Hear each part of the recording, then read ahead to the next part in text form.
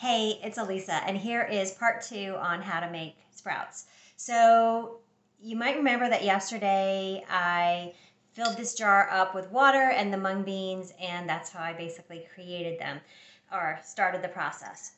So what I just did off camera is I took the lid off.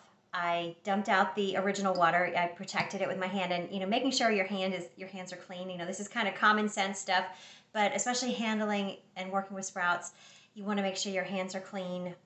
Just to protect yourself. But so anyway, I drained the water. And then I rinsed it a few times. And again, you can use your hand if your hand is big enough to fit over the jar.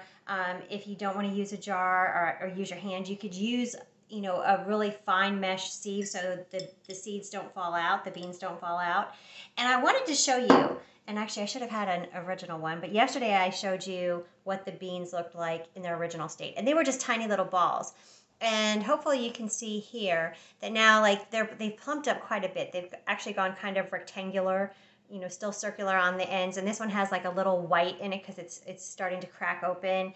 And if you look, I don't know how well you can see, they're all in like little different stages. Some of them you can see a little bit more white where it's popping out and it's getting ready to go on its process to make those delicious sprouts. So from here, you could either use some cheesecloth, a really fine and again clean dishcloth, or you can do some plastic wrap. So I'm just going to take some plastic wrap. This is the easiest thing. Sometimes I don't like to use plastic wrap because I think it's kind of wasteful. But you just take a piece of plastic wrap, place it over the jar, and then I take a knife and or you could do a fork, and you just make a whole bunch of little holes. So those holes help it to breathe, and it gets a little bit of air. And the same thing if you were using cheesecloth or that fine dish towel. You don't want your thickest dish towel. And then you want it to be secure. So if you're using cheesecloth, you could use a string or a rubber band.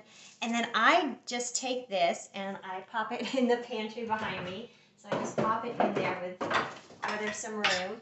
Close the door, and I leave it in there, again, another 12 to 24 hours. And actually, it's been about maybe 16, 17 hours since I first started the process.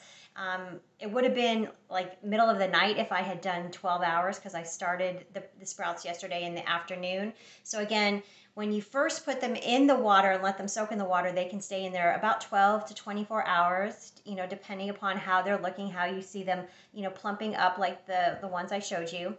And then you drain them and you rinse them really well, cover them up with cheesecloth, plastic wrap, and then just put them aside to rest.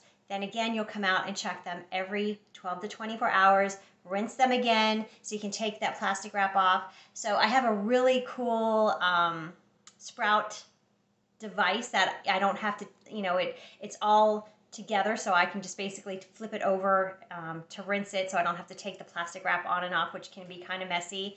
But you just put the plastic wrap back on and you just go from there. And you really only need to let your sprouts go for a couple of days.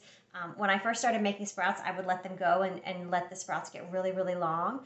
But they actually have more nutrition when it's just been a few days. So I'll probably make a video if I remember in a couple of days when they're done. But just check. You just want to see like a little bit of the expansion of the growth, and then you can eat them. So one thing that I do want to tell you for that part is you do want to rinse them again one last time, and then make sure to put them in the fridge. So you'd rinse them, drain them, and then I usually put like a clean paper towel on the bottom of the container that I'm putting them in, either the paper towel on the bottom or the top, and I put them in the fridge and then use them for, salads, sandwiches, stir fries, and, I mentioned you can put them in soups. You can also put them, surprisingly enough, in smoothies. So that's a great way to sneak some nutrition into your smoothies, and it won't change the taste at all. So I hope this helped, especially if you've been wanting to make your own sprouts. But if you have any questions, please make sure to comment below or send me a message, and I'll try to help you out. So happy sprout making and have a great day.